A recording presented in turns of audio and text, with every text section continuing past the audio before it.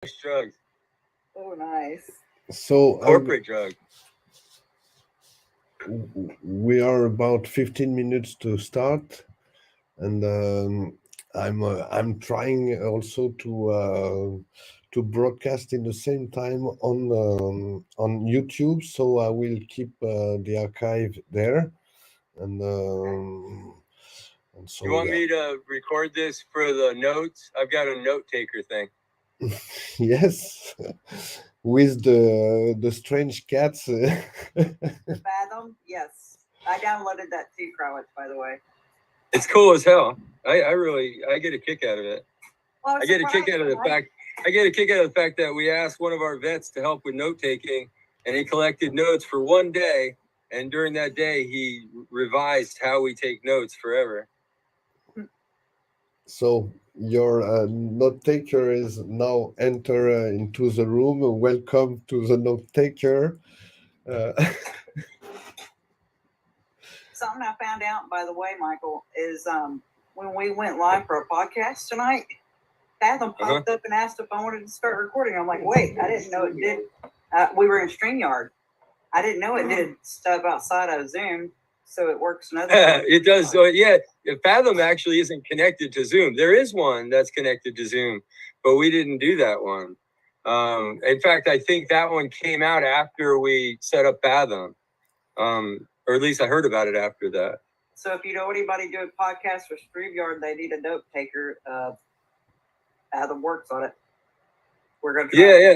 I'm pretty happy with this. It's very easy to use, and we use it for such a small job, really compared to what it's capable of doing. All we're using it for is just to take notes. You get an actual transcript, and then you push a button, and it gives you the option to just make a summary.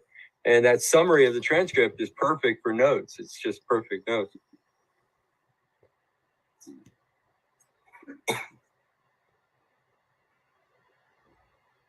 But it actually records the whole meeting, and it creates a recorded version.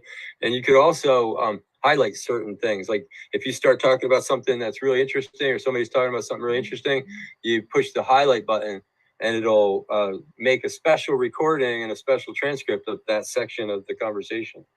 Now, does it slow your computer down any while it's doing this? I don't know. I've got pretty state-of-the-art shit here. Okay. That's my only concern. One of the side effects of being a cannabis activist is I start talking about how my computer doesn't want to keep up, and somebody invariably hands me either a credit card or a new computer, right? Barry's laughing. He's the one who supplied this computer. Yeah. It was exactly like that. I was complaining about. I brought a tablet to the UN, and I was struggling trying to use that tablet. So next time we went up for computers, he put me down for a new computer. But that was good timing because my other laptop is still working, but it's on its last leg. So I basically use that as my home laptop, and then this one is my carry. How do I say your name? I don't want to mispronounce it. Buried. Barry? Sorry. Buried. Sorry? How do you say your name? Oh, it depends. In French, I used to pronounce all the letters gayuesh, but if you pronounce it like an Arabic, then you make a guttural sound from the throat, and we said grewish, and that's the name grewish. That's the name of a little cake like a donut. An Arabic donut with a lot of honey. And this is the name. My husband and I used to work for Dassault Falcon. Where Dassault Falcon Jet, the French jet company. We worked for them at their Little Rock location. How cool is that? And so we worked with a lot of French people and learned some French while I worked with them. And so that's why I was asking, because I didn't want to say your name incorrectly. But generally, people consider that I'm a foreigner, and they don't believe at first that I'm a French. And with my accent, I have no way to escape from it. But for the French, I'm not enough French for them. What are you? Well, the French are like the most picky people on earth as far as who's French. Yeah, Really? actually, we are into the far right, and any kind of link to Muslim or Arabic name are supposed to be,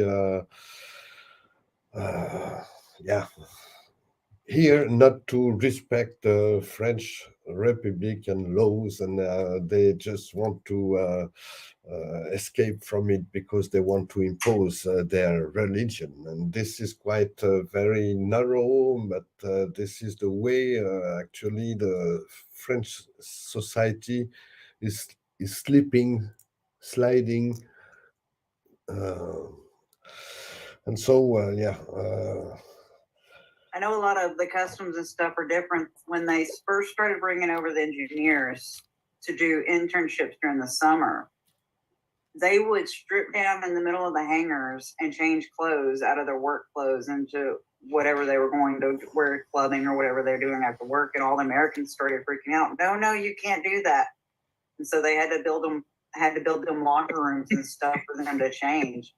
But it was an eye opener, the difference in our cultures and how Americans are so one track mind, and then the French are more open minded, and they didn't have to have locker rooms. Men and women were all changing right there together, and it was a like wow, big difference. And so that's why I was when Michael talked about this meeting tonight, I was like, oh, I need to go learn what's going on in the world there, because I haven't been in touch with my coworkers in years that were actually French. And yeah, the situation is very tricky, and this is also the reason why I wanted to celebrate this International Drug Users Day. Is the since months we have this Ukraine-Russia crisis and tensions that are uh, uh, yeah, stressing everyone. And now with the Middle East and what is occurring also in our social, economic, and political context inside France, this is very scary. And yeah. I know that in USA you have a lot of killings in the streets. Sometimes some mad people with guns and everything, but we are not so used of that in Europe. And now we also it's it's a parable, but we also hear the bombings, the bombs, and that's Is very it true in scary. Paris they released all the animals from the zoo? I saw that on TikTok a while back, and I was like, wait, what? And there was videos of Paris riots and stuff, and they released animals, and they were running. There was zebras and stuff running down the streets. I don't heard about this, but Don't they believe everything you see on the internet. See, that's why it helps having people in other countries to talk to, because when I worked at Dasso Falcon until 2009 when I became disabled, and I lost contact with all my friends that were French at that time, because the company told me, because my disability was, I was a liability and I would never work on FAA grounds again, nor anywhere else in the U.S. for that matter. And so, yeah, I didn't talk to a lot of people because I didn't know who I could trust, and but I met some people that we had that were actually from Greece, met some Vietnamese, met some wonderful Indians, and these were people that they had moved to Little Rock and were working with us, and it's just learned so much from everybody's cultures and everybody's views on what's medicine and what's drugs, and it's amazing. It was an eye-opener experience.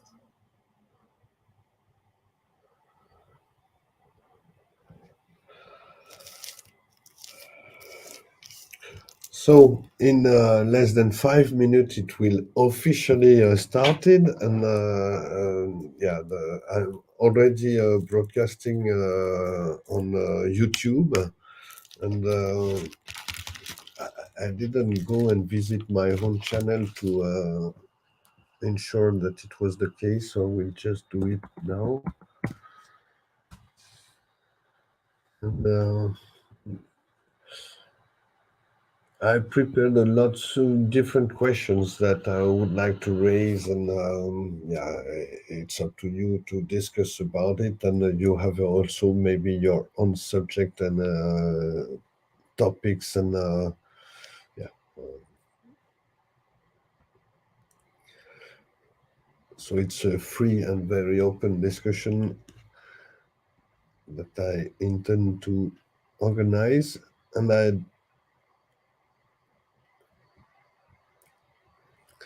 invited you at this hour in order to ensure that some people from abroad, and especially those who are living in Australia and New Zealand or in the Pacific Ocean, will be able to join now.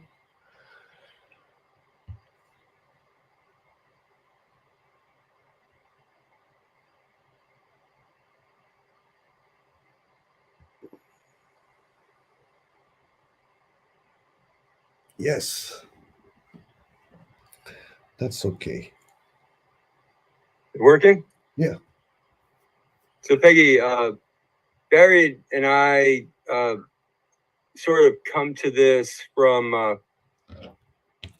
almost like the big filter. You know, if you look at the drug policy reform movement and the cannabis movement, especially, the broadest filter essentially of the movement collected the two of us and literally put us together. I remember you saying, "You got to meet Farid. You got to meet Farid." You know, he's my go-to guy for cannabis. You'll get along great with him. You got to meet him, and like shoved us together.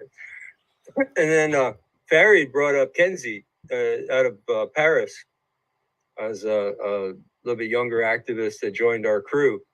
But the three of us make up the core of the international cannabis movement, believe it or not, at the United Nations. Farad being the geopolitical guy, I'm the kind of the cannabis movement guy, and Kenzie being the paperwork guy, the guy that knows the treaties and the documentation better than anybody. And the only person we're lacking is kind of like Led Zeppelin. I was just thinking about a minute ago. You know, it's really small, but you don't need very many to make Led Zeppelin, right? But you do need a producer. We really never had that producer.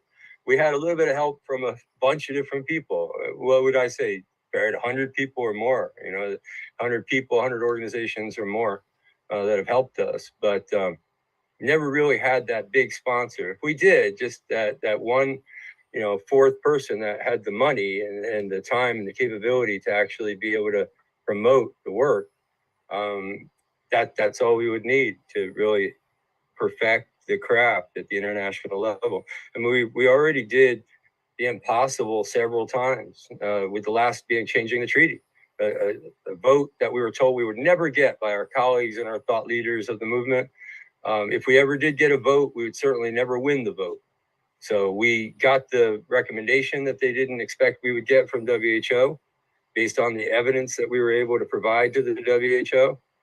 We were able to get the vote that they said that we weren't able to get. And indeed, we did reform the treaty and amend the drug control treaty, something that they thought would take 100 years. I remember Brownfield, Secretary Brownfield of the United States, talking with Jim Gierach, saying just that. You want to legalize marijuana? You got 100 senators, a year per senator, that gives you 100 years. I'll see you at 100 years. That's when you'll legalize marijuana. Well, a couple of years later, we reformed the treaty. That's a good step. So anyway, I just wanted to sort of introduce you, Peggy, and everybody to the team. Yeah, thank I you. don't have money, but I'm here for you guys. Any capacity you need, I can do producing and stuff. I'm still learning the backdoor channels on everything on producing for Zoom meetings and posting it and streaming it. We're working on getting a stream box so that we can stream and not have to rely on something to do that. So if y'all are needing somebody that can produce these meetings and stuff, I appreciate the offer. I was talking about production in a little bit bigger sense, but that's definitely a very cool part of it and a big part of it. Yeah, now it's 1 a.m. Thank you for joining us for this webinar in order to celebrate the International Drug Users Day. This is quite uncommon to talk about a Drug Users Day, but we have to ensure that some visibility and the opportunity for those who are opposed to any kind of drug policy reform to listen and to maybe find some rational and arguments that will help us to change the situation. We are actually in the drug war, and this is one question that I would like to raise. When we talk about drug war, do you have some um, personal testimonies? Would you mind to talk about your history, the historical aspect of the drug war? Yeah, it's quite open, but yeah, this word, drug war, what is, how it reasoning into you, in your mind? Well, first, let me take the mic to just say something about drug user. That's first. It's funny, I never really identified myself as a drug user in the sense of the INPUD and the international network of people who use drugs, INPUD. Although I've been a big supporter and have worked with the organization since its founding to really get a headway. And I will say, INPUD has been a hitting above its what do you say? Hitting above its average. But yeah, they've done really, really well at the international level when they've put their mind to it. They've moved the ball of reform in ways that were unexpected and quite quite high impact. But anyway, as far as being a drug user, I'm a medical cannabis patient. I use cannabis as a medicine. And I would put the open question out there to anyone who uses any medicine that they need for their well-being, for their health, for their security of their life, or the minimization of their suffering. Think about it for a moment. If that substance, that medicine, whatever it is, you get it from the pharmacy, you get it by prescription from your doctor, it's all very legal. But what if it wasn't? What if tomorrow it was made illegal? Not for any particularly sound reason. Let's say because it's the devil's, they just determined that it had the mark of the devil, and the devil had deemed it as his own. And if you use that substance, you're doing the devil's work. That's literally what they said about marijuana when they made it illegal. And it was literally in the pharmacy. It was literally a prescription drug that people were getting prescriptions for and filling at their pharmacy. So these things come and go. I mean, make it a little more general. Do you think if they outlawed toilet paper, you would stop buying it and using it? I remember the lines in the old USSR waiting to buy toilet paper. That's a real thing. If you ever went to a bathroom and it didn't have toilet paper, it becomes quite a crisis, doesn't it? And that's just toilet paper, multiply that times a factor of, I don't know, 1 million to raise it up to actual medicine. But that should hopefully, I think, open the ground. What is a drug user? I identify as a drug user, even though I'm using a medicine that's prescribed by my doctor. And I wanted to say why. Yeah, and finally, we know that international conventions are designed in order to supply the people who needs drugs to heal themselves and or being prescribed by a doctor in order to heal them. And you, Peggy, would you mind to also give some words about the way you are describing drug users, or at least the way you are enjoying this International Drug Users Day that is promoted by the international network of the people who use drugs? Absolutely, I don't mind. First off, I'd like to start by my drug user definition has changed and evolved quite a bit over the years. For example, I grew up in the DARE era, where in American schools they were teaching drug abuse resistance education. Drugs are bad. They were teaching us that marijuana was bad and everything that's illegal was bad, right? And my mom and dad both worked in criminal justice type careers. So I was a firm believer that all drugs, including cannabis, was bad and didn't consider what the doctor gave me a drug. Fast forward, I grow up, go into law enforcement, and then I become disabled and get ill. The prescription medications I'm put on make me sick, very, very sick, and almost kill me. That's when my definition of drugs started changing because friends and family did an intervention with me and got me to try medical cannabis because it was legal in my state. And so I wasn't a dummy. I'd done research. I wanted to be a doctor at one point in my life. And so I'd studied medicine my entire life. And I realized that we made marijuana and all this other natural medicine illegal after World War II due to treaties being changed and everything else. And I'm like, wait a minute. And I knew from my religious studies growing up, according to Genesis, that every plant on this planet was medicine for everything that's on this planet. And so then I'm like, wait a minute. And medical cannabis actually got me off all the prescription drugs I'd been prescribed. And so my definition to drugs has changed to now anything that is not natural that goes into your body is a drug to me. And it blows my mind, this war on drugs we were facing. Because as a little girl and my mom worked for the health department, they had to burn marijuana that was collected. And I've had family members that would have to go and strip the marijuana out of the woods. They'd go and scan it and everything. And they'd have okra crops that scanned the same heat level as marijuana. And I'm like, and then I find out doing more research about all the animals on this planet having cannabinoid receptors. And I'm like, wait a minute, what's really going on here? And then I started doing more research and stuff that's been added to our water system since World War II, such as fluoride. And I find out about the health bad things that happen with that and how it calcifies the pineal gland. And I was actually having allergic reactions to it. And I'm like, wow, we really need to expand our definition of what's a drug.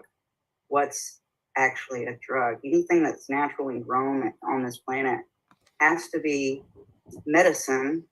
Anything synthetic or chemical that our body cannot process, that must be a drug. And that's the way I look at it now. Thank you.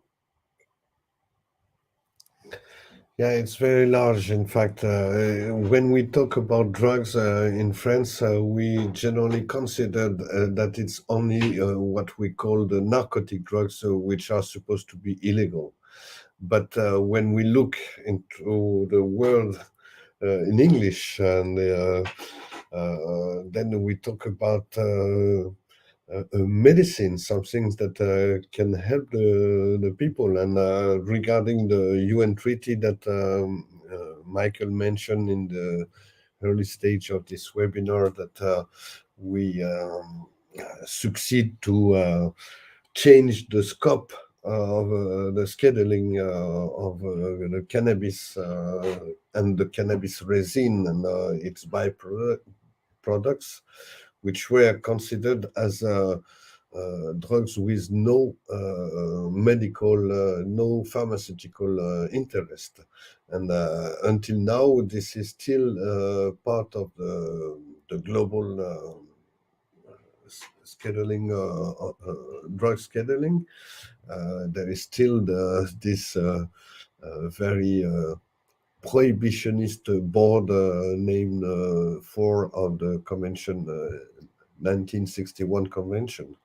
But still, yeah, in France, I remind that my grandmother used to say, I will take my pills, and she will use instead of saying pills, she will say drug. I will take my drugs. And that was very common for the whole people to use the word drugs as a medicine, as a way to heal, because I feel sick, because I have pains, because I have to struggle against disease. And nowadays, when we talk about drugs in France, that's a very we talk mostly about the illicit market of all kind of substances that are supposed to be illegal, and even some prescribed drugs which are legal, like the benzodiazepine, when they are sold on the black market, then they are considered as illicit drugs, even if it was purchased very legally at first. And yeah, and the drug war is a very I would say a kind of gimmick. It is very common for politicians to name it as the only way to govern, to be a policymaker. If you are not saying that you want to fight, if you want to, if you are not saying that you want to make a drug-free world, then you are already too laxist and yeah,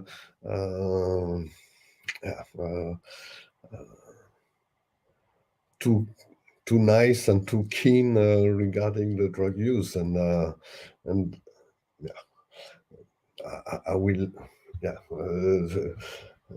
It's quite very common to hear, and especially in French, we name not the drugs with an S, but we name la drogue as if there was just one drug.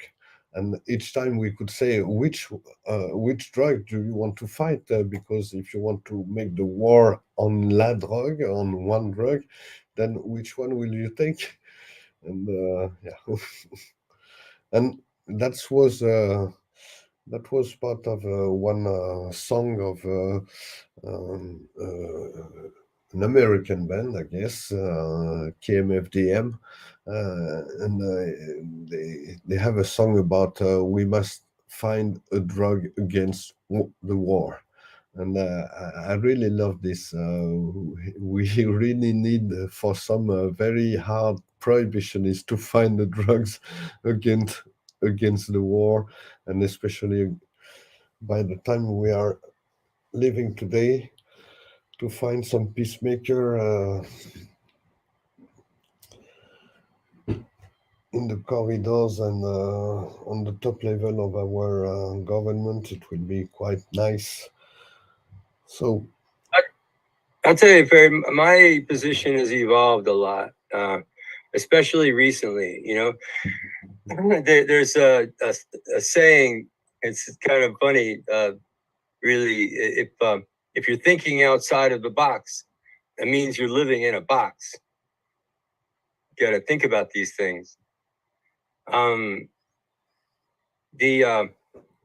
notions, all the notions that we have are all derived from our time and space, our spatial orientation in this timeline. If you remember, when I came into the United Nations, it was 1998. I didn't know anything. I mean, I knew the treaty, because I learned the treaty and I taught it to myself. I knew the cannabis laws, and I taught them to myself. And I knew that inside the United Nations was the place that we would have to access these international laws, because that's where they were written and they were revised and they were worked on. And if you remember, Barrett, I've said this many times, my idea at that time was for our ancestors to work on this. That I was working on just getting a badge for our movement, and hopefully the movement would know what to do when the time came. I thought the time would come 100 years from now. I didn't know when the time would come. I thought they need to be there, though. Whatever time the discussion happens about cannabis, you can't then show up at the United Nations and try to figure out how to get in. Peggy, I'll tell you, it is not easy to get inside the United Nations, as you might imagine. Once you're inside and you're invited inside, you have quite a bit of access. But that process of getting inside is somewhat of a conundrum. It's a catch-22. You almost have to be inside to know how to get inside. So that's what I did. That was my activism from 1998 to 2008, and linking up with Barrett at some point between those 2 points. That was my activism, to get us in and to get us to understand what it was like to be in, so that we could be in, so that we could get in when we needed to be in. But the thing is that I had no idea of the timeline. When I showed up on the cusp of, the UN runs in 10-year cycles.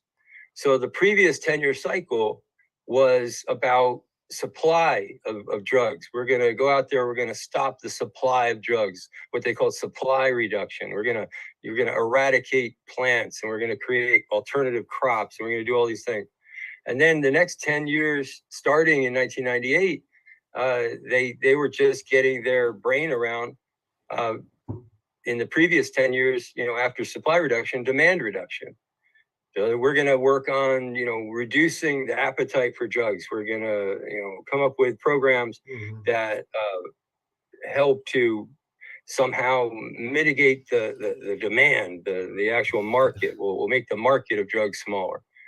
And then when I showed up, it was just about the time when we were really learning harm reduction as a movement, but they didn't really even have that moment yet. It was really later, I'd say around 2008, that the United Nations really started, kind of resolved supply reduction and demand reduction and started working on harm reduction. But if you look at all this, I'm just laying this out in little bricks, because I want you to see that these are little windows. They're almost little, boats out at sea that you can't see the other boat from until you get to shore. And where we are really, I think, as a species, as a human race, is coming out of a time when we allowed ourselves to openly express hate and openly mock and deride others for merely what they are, how tall they are, how short they are, what color they are, what sex they are, whatever. And those things were actually part of our national programs 100 years ago when we started this drug war. As a matter of fact, 1899, at the very beginning of what we call our international drug war, the very first international agreement at the United Nations level, way before the United Nations was even born, it was the Opium Wars. And the cusp of the Opium Wars that we created the very first international agreements. What were the Opium Wars? They were absolutely a war that was coming from colonialism. It was a colonial war. The war, for anybody that wants a brief overview before they Google it, it was about Britain not allowing China to reduce the amount of opium that it bought from India. That was it. They wanted to buy less opium from India. But you see, Britain made all the money off of that. And if they bought less opium from India, Britain would go bankrupt. It was part of their fiscal structure. And the idea of the drug war was then and has always been to prevent, at an international level, governments from using drugs as a weapon of war in that way. And in that sense, it's been actually quite effective. It spawned the drug war, But what is the drug war? I would contend that the drug war is the last vestige of hate speech on earth. That it's where it's okay to hate someone based on who they are and what they are, based on what they think or what they believe in, or the color of their skin, or how tall or short they are, whether they're a boy or a girl. This is it. It's the last place that's truly safe to hate. We can hate drug users. We can wage war on drug users. We can put drug users in prison for no other reason than being a drug user. Now, just insert color of your skin or your religion instead of drug user, and I think you'll see what I'm saying. You'll understand what I mean. And in the United States, we've watched the de-evolution of a political party. The Republican Party of the United States has consumed itself and has become an authoritarian, white, supremacist, neo-Nazi, party in the United States. And the leaders of the party are many times indicted and facing almost 100 criminal charges. A guy named Donald Trump, a nutcase, just an absolute embarrassment to the United States, is still the front runner in this party. And they just elected a Speaker of the House, who's the third in command in our country, right under the Vice President, who is a Trump clone, quietly working to undermine democracy, destroy the Constitution of the United States, and reduce us to an authoritarian, neo-Nazi, white supremacist order, aligned with Putin, North Korea, and Russia. And we in the cannabis movement, we don't align with Russia on cannabis policy. We don't align with China on cannabis policy. We might align with North Korea. I'll defer to that one to you, Barry. Tell us if we align with North Korea on cannabis policy. It is interesting, the only country that I know of on earth that isn't a signatory of the drug control treaties. So they could actually have legal cannabis if they wanted to, if the authoritarian, absolute nutcase leader had the whim that day to let it happen. And that's where we're at as a world right now, is on the brink of total disaster because of a handful of nutcases who learn nothing from history. And in the case of Donald Trump, I'm not sure have the capability to learn. And watching him right now, he looks like a race car running into a wall. There's little toy cars that just run on the wall, beep, turn around, do it again, turn around, do it again. It's rather amazing to watch unfold. I've learned a lot. I've learned how defamation works in the courts. I learned what the difference between a state court and a federal court is. I've learned the difference between I've always known that there was these different branches of government in the United States, but I never really knew where the absolute line was between the executive branch and the legislative branch. I learned that from Trump. I definitely learned, and it's very strange growing up in a Jewish home, that I would learn what a fascist is from Donald Trump. But I've learned what a fascist is from Donald Trump. And a fascist isn't what they think. A fascist isn't what they dream about in their weirdest hours. A fascist is what they do. And the first thing they do is destroy the media. The second thing they do is destroy their opponents and anyone that disagrees with them. The third thing they do is destroy any chance of learning about any of those things by burning all the books and altering all the information that's available on the shelf. And then the fourth thing they do is take away all your guns. I don't think that the white supremacists in the United States would really like to know that, the fascists will be coming for their guns once Trump takes over. But that would be a logical next step, because fascists don't want anyone to have control of the weapons except for them. And what is them? Again, it's whoever is on the side of the leader at that moment, based on the clock, based on the whim of the leader. Man, you watch Donald Trump turn on his allies. The last thing I'll say about it, all the witnesses that stand against him, I think all of them are his allies, are his closest ring of cohorts and fellow Republicans. And one by one, he has labeled them as enemies of the state, suggesting openly that they should be executed, that they're only Republicans in name, shouldn't be considered human. I mean, it goes on. That's the words of a fascist. That's what a fascist is. And that's where drug policy comes from. That's the drug war. Thank you, Michael. We have two new guests. I guess maybe you already have seen that Gabby is online, so maybe she would like to react and give also some other inputs. And we also have one friend Hi, from Gabby. Japan, I guess Takahashi Okanuma, and you're very welcome. And Good to see you. we started first with Peggy and Michael to talk about drug users. What is the definition that we put behind those two words, and another words that is used generally, the drug war, and talking about also our own history and our own experience, and maybe yeah, we have to share. And this is the International Drug Users Day, and I'm very happy to be with you. I don't know, maybe Takahashi, you have I don't know how long you will stay, but maybe we can just give the floor to Gabby first, if you are okay. Give me what should I talk about? You are all about what you want, and but maybe we can first. No, Gabby, you don't want to talk first?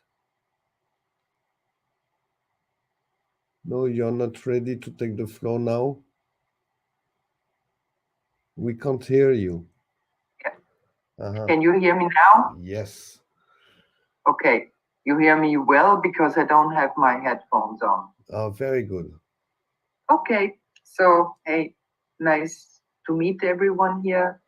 I'm Gabi, I'm Austrian, and I'm treasurer of ENCOD, the European Coalition for Just and Effective Drug Policies.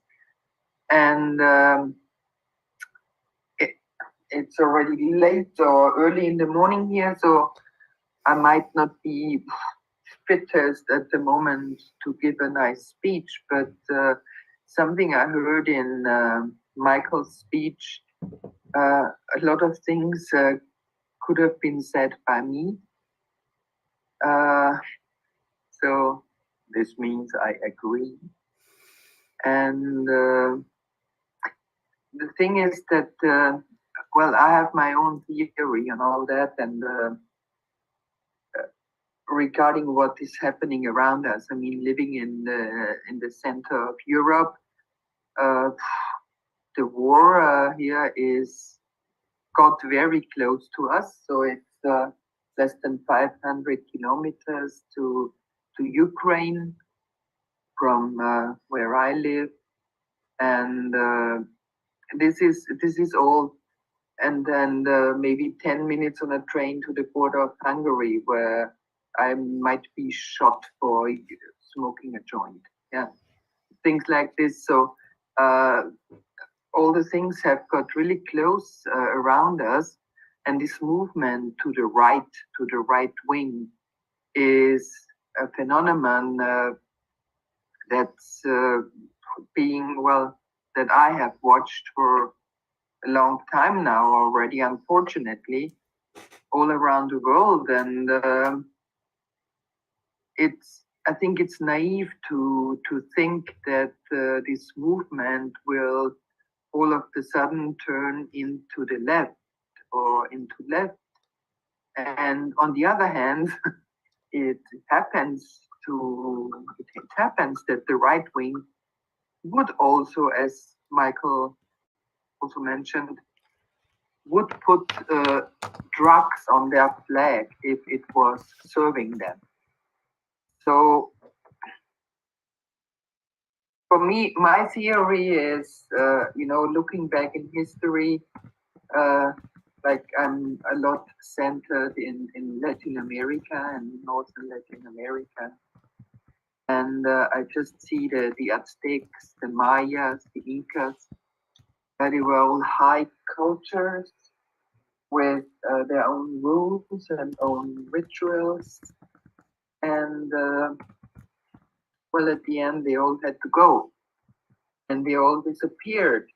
So maybe it's time for the old world to disappear to make a new world possible for all of us. But this has gone crazy now. So yeah, and for the drug users, I just imagine. I mean, drugs. Talking about legal or illegal drugs. There's legal drugs like medicinal drugs that people depend on, and if you just imagine, you live in war, you depend on a drug or medicine, and you don't get it. That's also a peak of the drug war, yeah. And on the other side, yeah, if you let's say people who use drugs, illicit drugs, and you have developed a dependency, then you also depend on it, no matter if it's war or if it's kind of peace. So it also affects. I mean, war affects anything, everything. So why should it not affect people who use drugs? So if we just consider that what we all are, we are human beings, our species. And come on, couldn't be so impossible. I mean, we have a better relationship to the dogs than to ourselves. So, and I will stop my speech now. Let's stick together. I'm sorry, I'm an old hippie. No, Embrace. you're very welcome, and it's a very free and open discussion, and we have quite 10 hours to go on, and we are on the 1st of November, and this is the International Drug Users Day, and we have 11 hours of webinars. Maybe we could give the floor to our Japanese friend Takashi, who could express about his own views, and feel free to take the floor as long as you want, and tell us about your own experience and your own views. Okay, thank you. So nice to meet you all guys there. In Japan, the situation of Japan is that that at this moment in the parliament, they're revising the law of Cannabis Control Act at really this moment, and it's been legal to it's been illegal to possess and grow cannabis in Japan by now, unless you have the license to grow. I used to have a license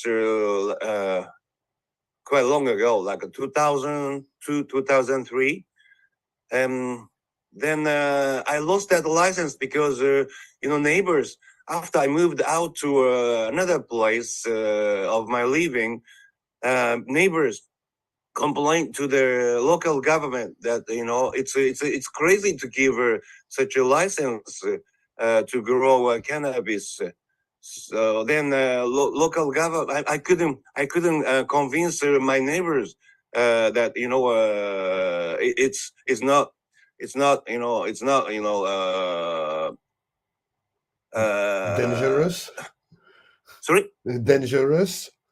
Yeah. But I couldn't convince them, So then I lost the license, and then last year our companies got a license to grow, so we started to grow cannabis again.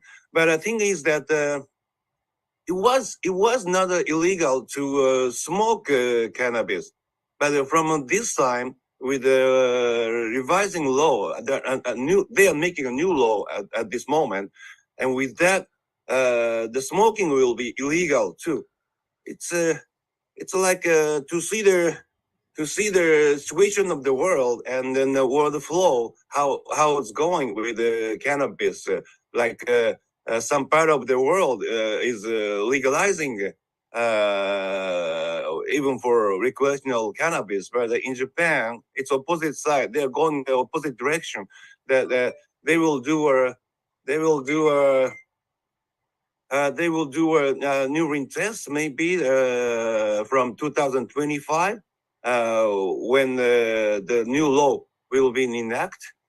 So the situation is getting worse in this that point of view. But for at the point of view of industrialization of cannabis or hemp, it's good because they will soften their regulation that it was very strict on the condition of their growing cannabis that you have to grow your hemp field have to be in the at somewhere where that people can never see, or you need a tall high fence like 2 meters or 2.5 meters, and you need to put the cameras and stuff like that. So they stopped to do it, and so they opened their way to grow hemp, not the cannabis, but the grow hemp.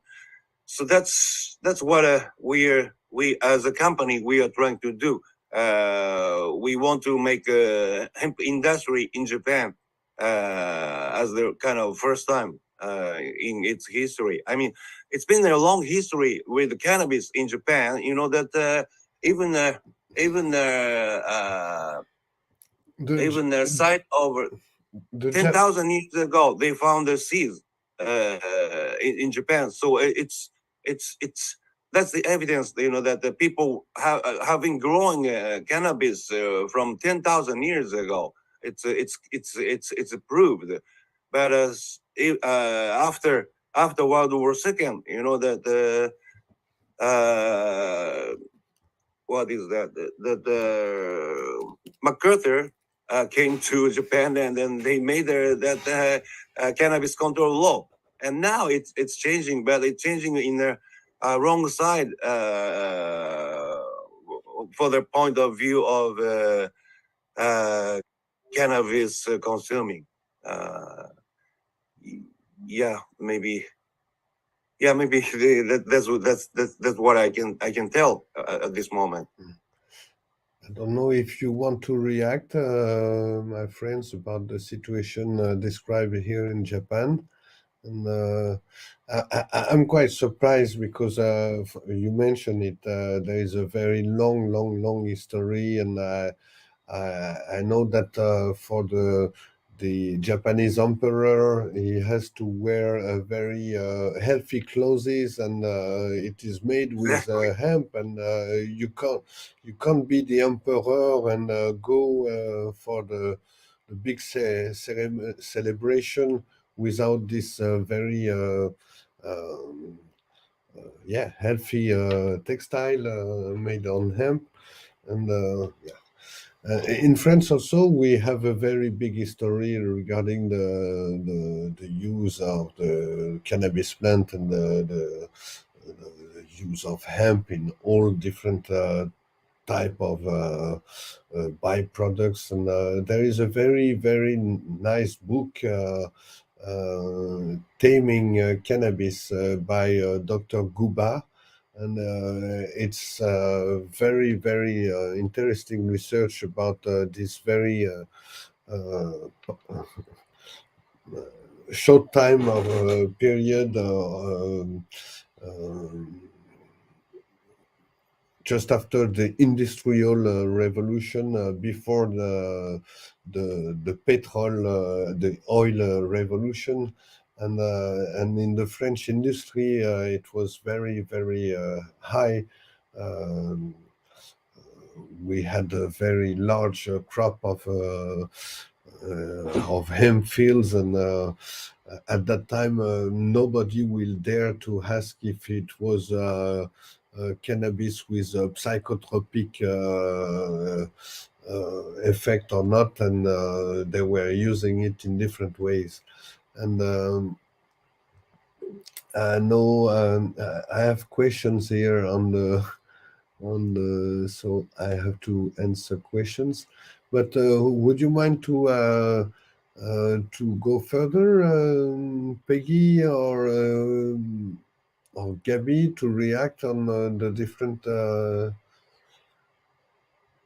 subjects that were raised? Well, I'd say something. I think it's quite ironic, and I love talking about it. I think it's funny. Japan sponsored the resolution back in 2009, the seed resolution, along with Azerbaijan. Japan and Azerbaijan wrote the resolution that was actually adopted by the United Nations that year, to and the subsequent year interpreted to mean that the United Nations was calling upon the World Health Organization to completely review the classification of cannabis, to do an absolute top to bottom review of cannabis. Why was such an extensive review necessary? Because Japan's resolution to try to criminalize cannabis seeds was actually doing something much more, much heavier, much bigger thing than I think Japan realized, because seeds are specifically listed as exempt in the treaty, specifically Exactly. characterized as a non-medical or non-scientific, cannabis product, that it has devoid of any active ingredient. The seeds themselves have no THC. They have no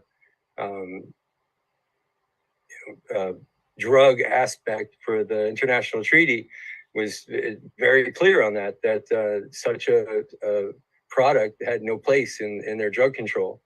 And to criminalize the cannabis seeds was to require the entirety of cannabis to be reconsidered. But again, I think well outside of the scope of that conversation was the history. In fact, Farid and Kenzie, and me to a lesser extent, but mostly those two, I'll give credit for actually correcting the history, because the system itself in Geneva didn't even know the accurate history of cannabis in the drug control treaty. When we started down the road of a cannabis review at the World Health Organization, there were those inside the World Health Organization that said, well, this is the second time that cannabis will be reviewed in the drug control system.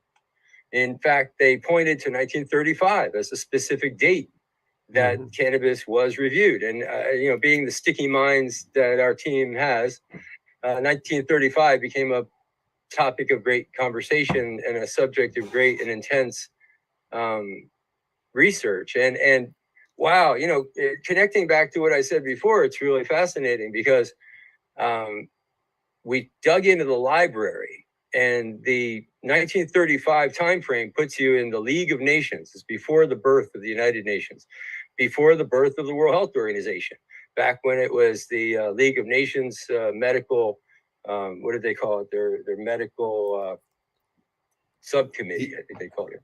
The hygiene And Committee of Hygiene of Paris, the first one. yeah. So a bit of intense reading, and mostly in all French. That's why I didn't have as much to do to help. In the books of the League of Nations, they found the history, the actual story, which was there was no review done by the League of Nations. There was some scientific inquiry that was conducted in Paris, and it was submitted for the record, but it wasn't done by the League of Nations. And we were able to correct the record. From that time forward, it became the very first review of cannabis. And I think that makes a difference, whether the WHO psychologically thinks it's doing the first review or a update of a review. makes a huge difference, actually, because they realize that there's no precedent. They realize they're not just basing what they're doing on the backs of what they had done before. There actually hadn't been anything done before. But the little side note that I found so interesting as I dug into the subject matter in my own mind, while we were there, they were getting ready to dismantle that library. The 21st century, everything's getting put on digital format, and the old books are being thrown away. And I am not kidding you, thrown away. Many of these classic and incredibly valuable pieces of history are being thrown away because they're big and there's nowhere to put them, and there's no organized way to get them out of the compound into the right hands. Often they're just thrown away. And my God, I'd love to have a